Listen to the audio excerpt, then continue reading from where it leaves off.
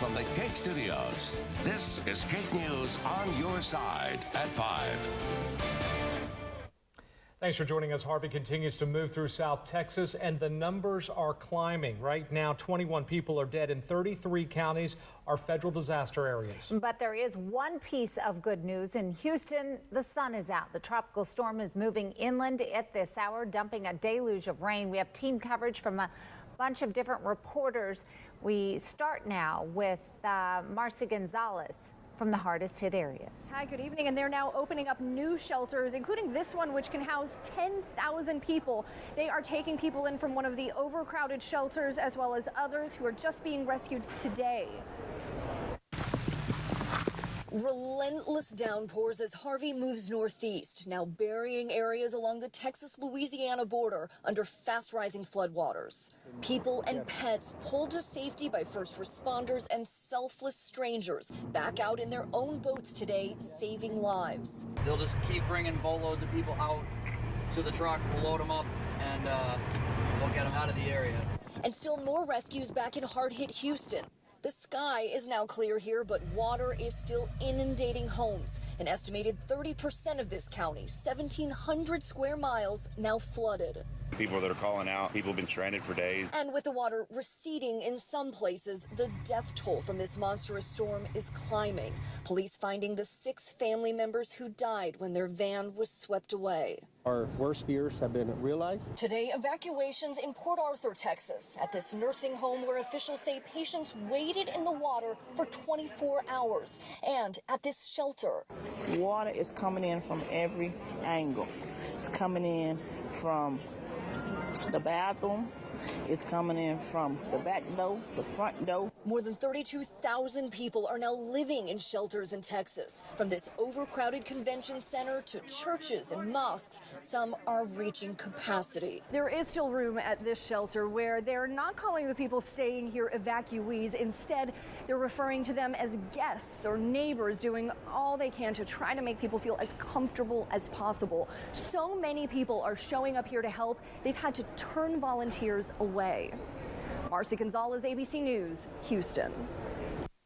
Well, the massive flooding continues to drive people from their homes and looking for dry land. On the western edge of the city, people are bringing in their own boats to help. Our team coverage continues now with KAKE's Monica Castro, who's live there in Houston. Hey, Deb, actually, I'm on the north edge of Houston in Cypress. We have encountered a lot of flooding, and fortunately in some areas it has receded, but not quite enough. As you can take a look behind me, this is just near one of the highways, 290 going into Houston, so you can tell very, very flooded. But as you mentioned, in West Houston, that's where we saw a lot of the issues.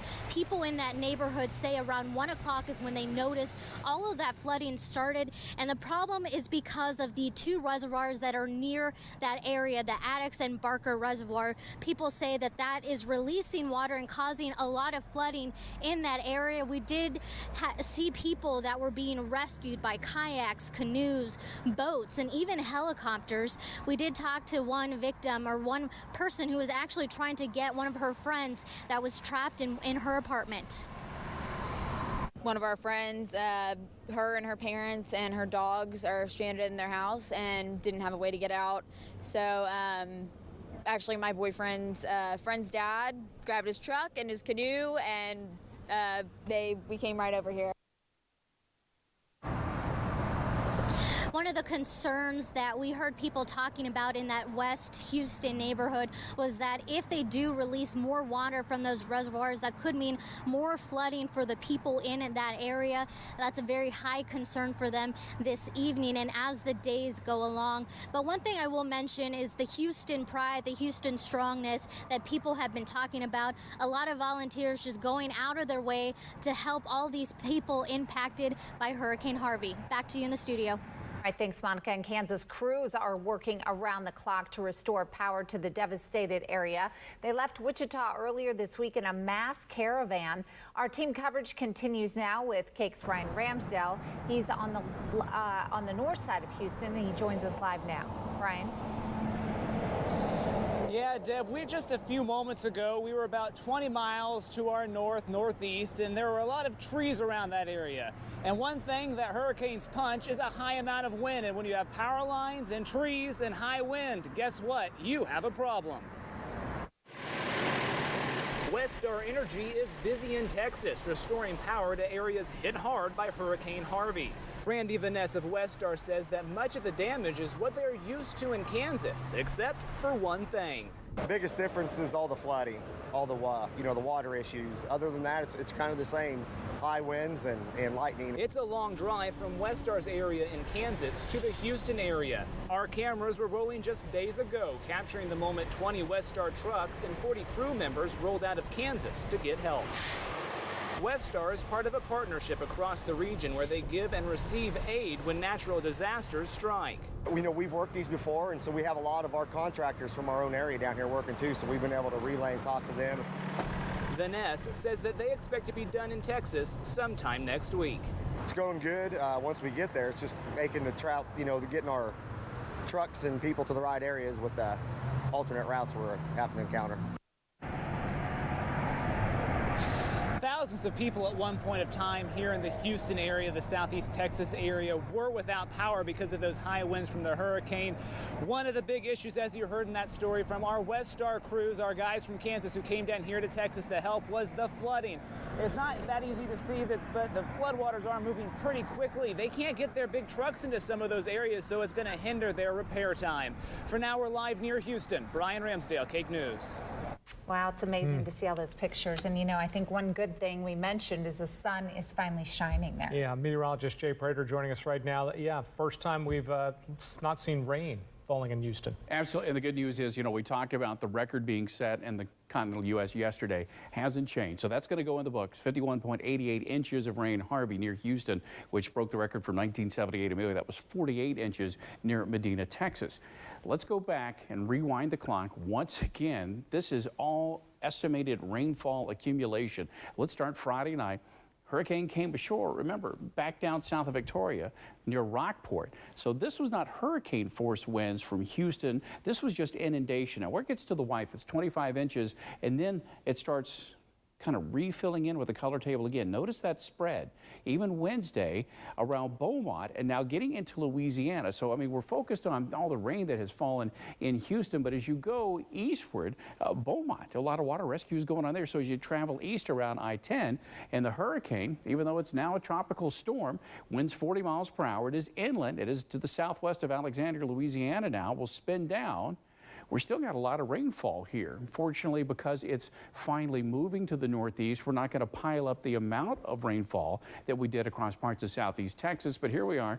By 1 in the morning, it's going to be a tropical depression at that point. Still, lots of heavy rain. You get it Thursday afternoon right along the Mississippi River between Arkansas and the state of Mississippi, then getting into Tennessee east of Memphis. Friday in the wee hours of the morning, and then by Friday afternoon crossing out of Texas into parts of southern Kentucky. And so even though, Houston probably not going to see any more rain, could still see in this band here, Shreveport additional 3 inches, Pine Bluff, look at that, 7 inches, Memphis 6 inches of rain, even Bowling Green could pick up 3+. So there'll still be some localized flooding with what's going to be remnants by the time it gets to Bowling Green of Harvey. Absolutely no impact on our weather. We still have several nice days looking forward to coming up.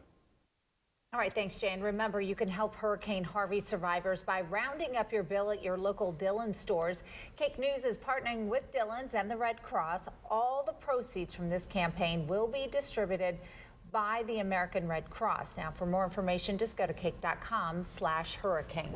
Wichita police are asking for your help in catching a burglar. That man broke into a glass door over to Gorman's on West Central Monday night. He made off with several items. This is the second time the store has been broken into in the last month. Anyone with information is asked to call Crime Stoppers. Well, if you're sneezing and itching, it may be that wet and mild summer we've had. New at 5, KAKE's Chris Frank talked to doctors about getting relief.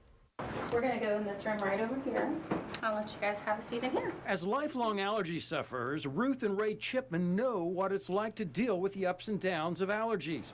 But lately, they say their allergies have kicked up a notch or two with nagging symptoms. Well, as you're probably aware, it's terrible allergy season right now. We've got lots of mold spores out there.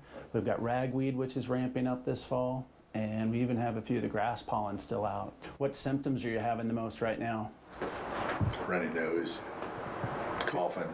Those are among the most typical symptoms Dr. Bunting says he's been seeing in recent days. A lot of our patients are experiencing a lot of congestion, runny nose, itchy, watery eyes, sore throats, even some cough. And right now we're attributing a lot of that to the mold spores. And Dr. Bunting says mold spores are higher than normal this time of year. He attributes that to a mild and wet summer. On top of that, he says ragweed is really stirring up right now, giving fits to people with allergies. Typically into the late summer and into the fall is really when we see our ragweeds starting to bloom and putting off a lot of pollen. So the ragweed's just getting started in its menacing ways. Ruth Chipman has enough trouble with what gets stirred up from yard work. The mold spores and all that, and I kind of do the major part of our yard cleaning. Dr. Bunting says if over-the-counter medications aren't dealing with the symptoms, he suggests a doctor's visit for other treatments because an early freeze isn't in the forecast now. Chris Frank, KAKE News. We'll see you soon. Still to come, President Trump pushes for tax cuts on businesses. We'll show you what it could mean. And later, a New Yorker finds himself in deep while walking across the street. We're going to show you what had him feeling trapped. This is KAKE News at 5 with Deb Ferris, Jim Grimes, and meteorologist Jay Prater with your KAKE First Alert forecast. KAKE News on your side. President Trump wants to make good on one of his biggest campaign promises. He says it's time for lawmakers to act on tax reform. His administration is pushing for simpler tax code and lower rates. Karen Travers has more. It was a curious pivot for President Trump. While the nation focused on Hurricane Harvey and the devastation in Texas, the president focused on tax reform. This is one of President Trump's biggest priorities. He's promised Americans he will deliver them the biggest tax cut in U.S. history. In Springfield, Missouri, he said this is a once-in-a-generation opportunity. If we want to renew our prosperity and to restore opportunity, then we must reduce the tax burden on our companies and on our workers. But at this point, there's no plan. The White House only releasing bullet points of what it wants to see, including slashing corporate tax rates, a tax break for child care expenses, and cutting individual rates. The administration is essentially putting the responsibility of actually drafting legislation squarely on the shoulders of Congress. White House officials say they're confident this can get done by the end of the year. But Congress has a massive to-do list of more urgent priorities, spending bills, raising the debt ceiling, and most likely a Harvey recovery package for Texas and Louisiana. President Trump will keep pushing tax reform when Congress returns to Washington next week. He'll sit down at the White House with bipartisan congressional leaders to talk about the fall legislative agenda and how he wants taxes to be a top priority. Karen Travers, ABC News, the White House. A freak accident leaves a Brooklyn man on crutches. Steven Schwartz was walking when a sinkhole opened up, swallowing his entire right leg. Others tried to help him, but they couldn't get his leg out. Eventually, firefighters worked to free him. He said he felt helpless and trapped. They told me to relax, to breathe, that they didn't know if I could pull my leg out because somebody had already tried to pull my leg out. It was pretty creepy down there. I just wanted to get out. Wow, well, he says he's grateful to be able to walk again with only minor injuries. Coming up, a prehistoric find in a Colorado town.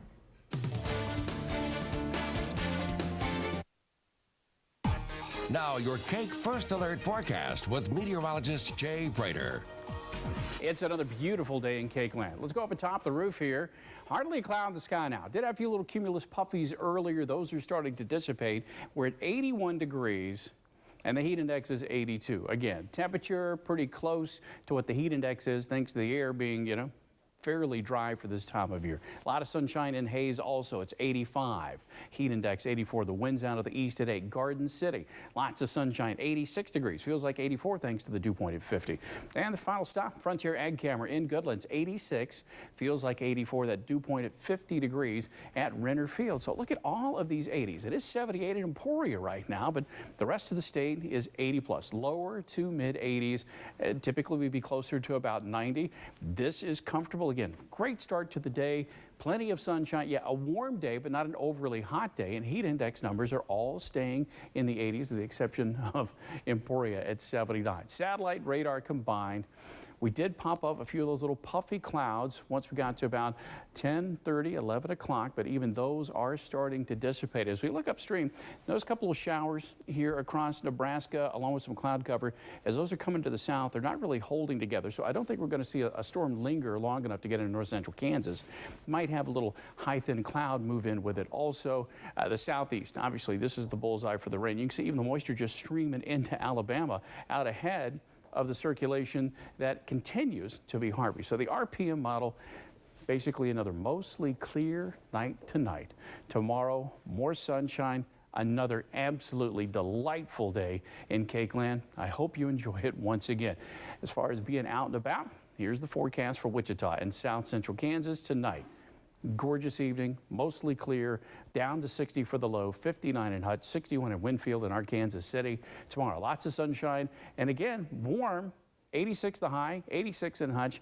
It's going to be about as humid, if anything, maybe a degree or two warmer on the dew point. That would be about it. As we look at the planner for south central Kansas, Friday night, we are going to put in a small chance for thunderstorms. It looks like that chance really picks up after we're done with the blitz. Saturday, that's more typical, 90, 92 on Sunday. Tuesday, a small chance of storms as we bring in the next push of cooler air. So we're going to cool from 90s to 80s between Sunday and Monday as that next front comes through. Now for north central Kansas, nice night coming up here. A few high clouds, mid-50s, I think 58 Salina, 59 in Abilene. And then tomorrow, another great day coming up. Highs back into the mid-80s. Now here's your planner, north central Kansas. Friday and a Friday night, we're just kind of clouded up here. Saturday, this is more typical, highs back into the lower to mid-90s, and then it's chance of storms Tuesday as the front comes through and cools us back down into the 80s. And across western Kansas this evening, another mostly clear night. Lows will be back down into the mid and upper 50s. Tremendous. And then tomorrow, just soak it up once again. Highs will be in the mid-80s into the upper 80s. For southwest Kansas, as we look ahead, all right, small chance of storms Friday into Friday night. So a few games may be impacted for the blitz. Saturday, close to 90 degrees, mid-90s Sunday. And then here comes that chance of storms late Monday into Tuesday with the next front, the next cool down from 90s to 80s. And across northwest Kansas, you too. Friday into Friday night, a better chance Friday night. So a few high school football games may be impacted by the weather coming up for the first week of the blitz. And then Saturday, plenty of sunshine, highs around 90. And then with the next front late Monday into Tuesday, could be a few storms as we cool back down into the lower 80s. Wow, 52 for the low next week. That's there you go. Chilly. Not bad at all. All right, thanks, Jay. We'll be right back. An attempted carjacking caught on camera shows a suspect hanging on for his life. Oh my God, crazy. Yeah, the suspect approached the car that was sitting at a stoplight when he didn't count on was the driver just taking off. The man was dragged more than 100 feet before falling off and running away. He eventually was arrested. Well, a construction crew breaking ground on a new building in Denver got an old surprise. Yeah, crews unearthed what they believe are 66-million-year-old dinosaur bones. They believe the rare find are the skull and bones of a triceratops. Construction has been delayed. The bones will end up on display at the Denver Museum of Natural Science. Ford and Domino's Pizza are teaming up to test the concept of pizza delivered by driverless cars. In order to get the pies, you'll have to go outside and get it yourself using a special code. A specially designed vehicle comes with a built-in oven to help keep your pizza warm. The high-tech delivery cars will be offered to random customers in Ann Arbor, Michigan over the next 5 weeks. Well, a musical tribute to a storm-soaked city. I am dreaming of when I get back to Houston. This is Coldplay. They had a chance or cancel their Houston show because of Harvey. So on Monday night in Miami, they performed a new song that they wrote for the flooded city, calling it a one-off. That means it'll never be played again.